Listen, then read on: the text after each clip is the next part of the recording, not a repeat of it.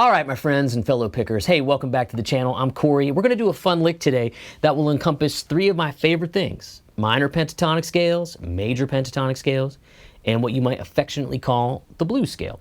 So when you play licks that really sort of weave in and out of these sounds, it creates sort of this sort of jazzy, bluesy feel, which I'm sure a lot of us are really into. I use it in my playing all the time.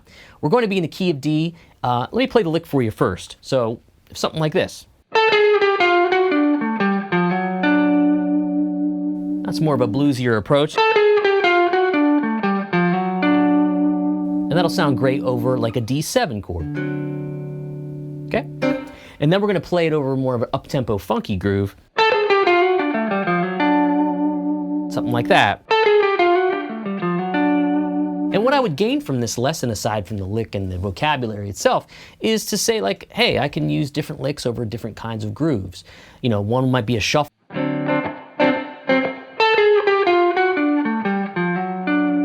Or one might be funky. Okay? So I wanted to do something that was kind of pushing you a little bit if you're more of an intermediate player.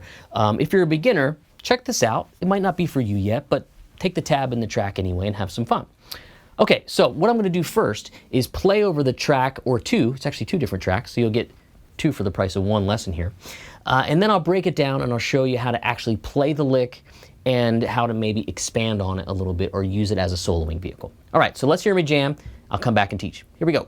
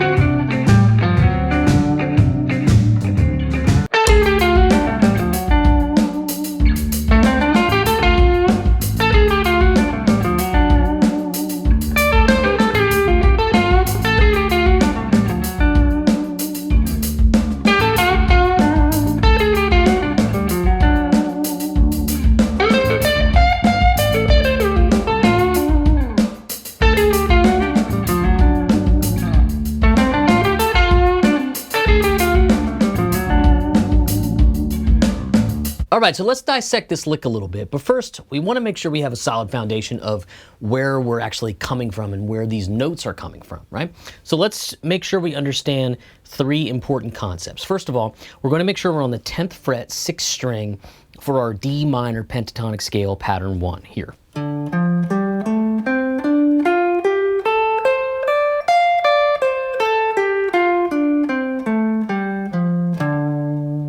Now, if you choose to call it the blues scale, some people call it a hexatonic scale. I just think of it as the pentatonic scale with the flatted 5th, but probably the blues scale is a close second for the name. So make sure we understand that too.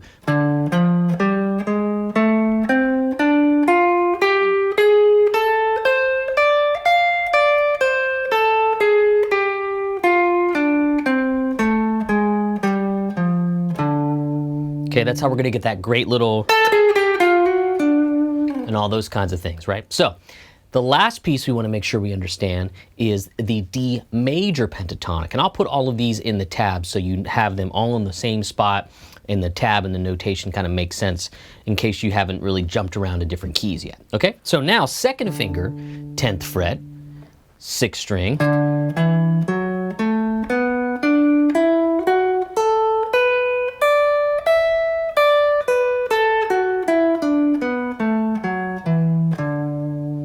okay, now if you're attempting this lick, I can imagine you probably know these scales well enough already, all right? But make sure you have those three components: minor pentatonic, blues scale,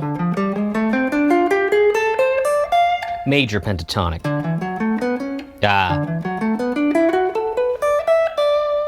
All right, so let's talk about it.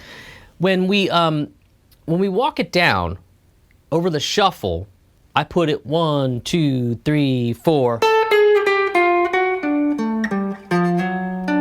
So I put it there rhythmically. 1, 2, 3, 4. Ba ba ba ba ba ba ba ba ba ba ba. So that first note could be considered like a pickup note. But let's just hold the phrasing aside for now and get the fingering. So I want you to start on the 10th fret, 2nd string, and we're immediately going to go to that 13th fret, 3rd string, and that's our blue note.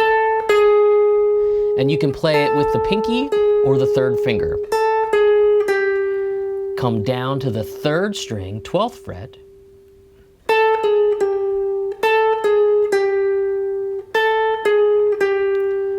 Got it? Because that's in your pentatonic, your minor pentatonic, that's your blue note. Minor pentatonic, major pentatonic. Now this is important. You could get so much just out of that little line.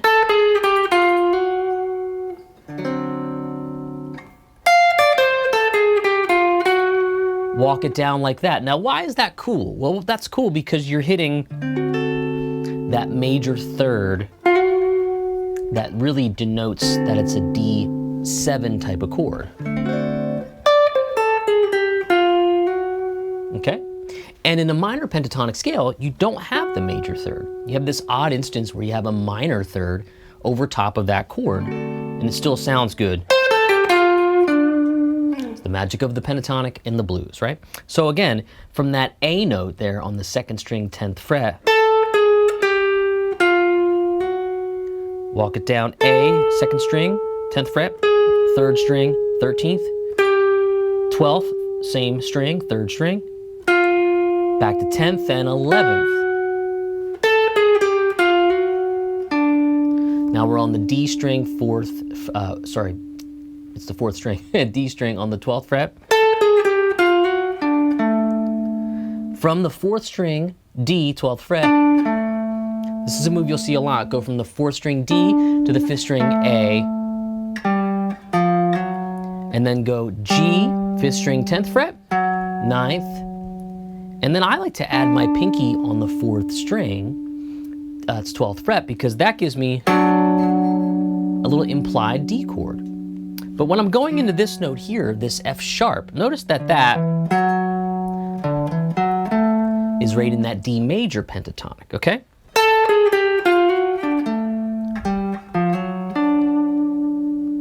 All right, so let's try it one more time from the top down, starting on that 2nd string. See that scale in there. Always try to see the framework of it. We're gonna walk it down 2nd string, that's your 10th fret, 13th fret, 3rd string, there's that blue note. Pinky or 3rd finger can use it, it's not a big, or access it, it's not a big deal. That would be my 3rd finger doing both. Now we're down to the 12th fret, 3rd string.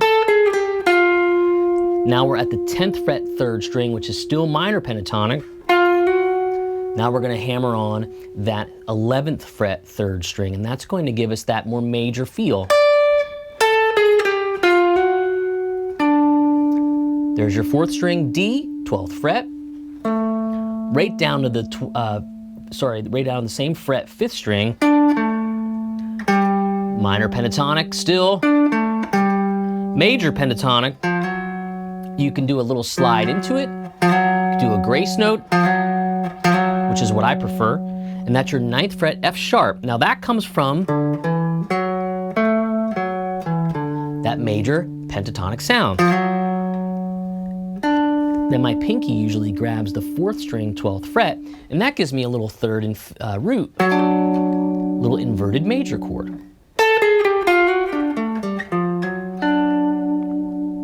One more time. And you can kind of mess with the phrasing.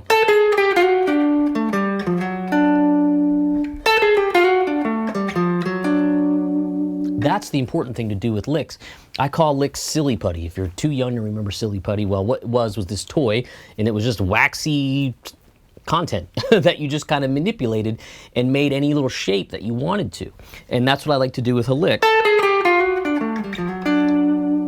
Okay, so let's try it over the track a little bit, and we'll kind of improvise and come up with our own licks, and then jump off of this one, jump onto it, so on and so forth. Let's try it with the track. All right, so I pulled up that one chord shuffle vamp in the key of D, and let's just mess around with this lick and have some fun. Of course, this track will be available to you as well as that other up-tempo, funkier track.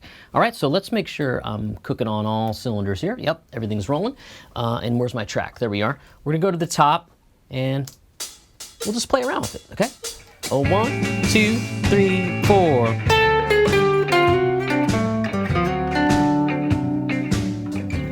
We played right on the downbeat.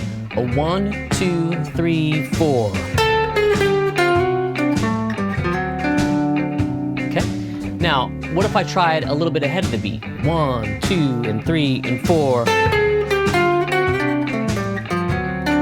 So I did it on the and of 4. Let me explain. A 1, and 2, and 3, and 4, and on the downbeat.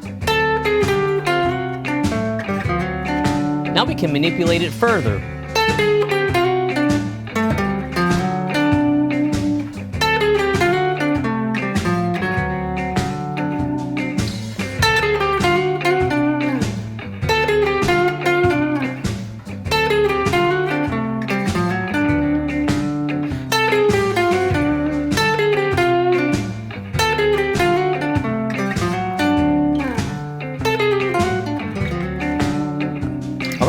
So that's one way to kind of practice, is to kind of just kind of manipulate it a little bit and see if you can at least get that ending to really sit well.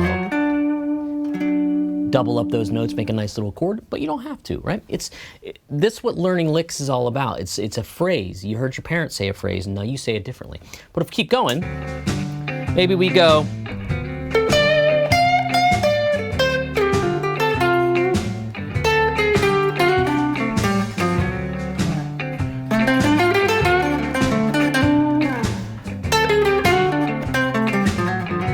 Taking pieces of it.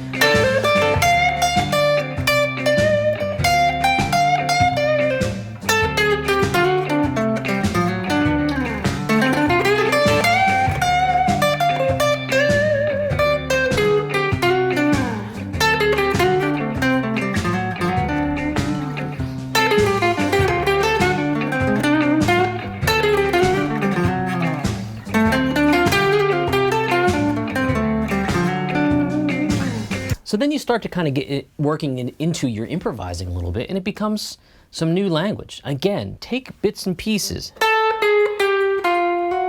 That much.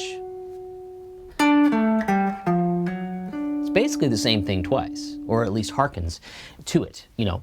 So that's kind of something fun that I do all the time, is I really try to manipulate what I already know to make it not only fun, usable, and if it's repetitious, it doesn't always sound that way.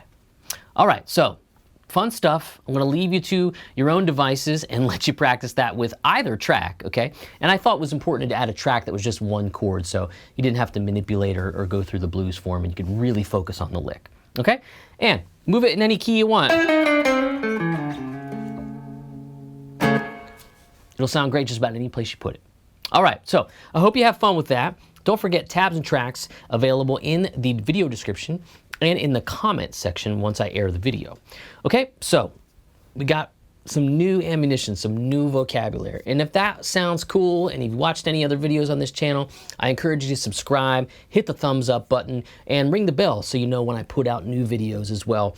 If you like what I'm doing, the only way, trust me, I've come to this realization, the only way I can do this on a continual basis is with your support. And I want to thank everybody that's been subscribing to the channel for the past year or so, and it's been great. And in 5 years, you'll be like, wait a second, this channel's only been going on for a year? In any case, I'm glad to have you. Again, thanks so much. Please subscribe and hit the like button, and I'll see you on another lesson. All right, take care.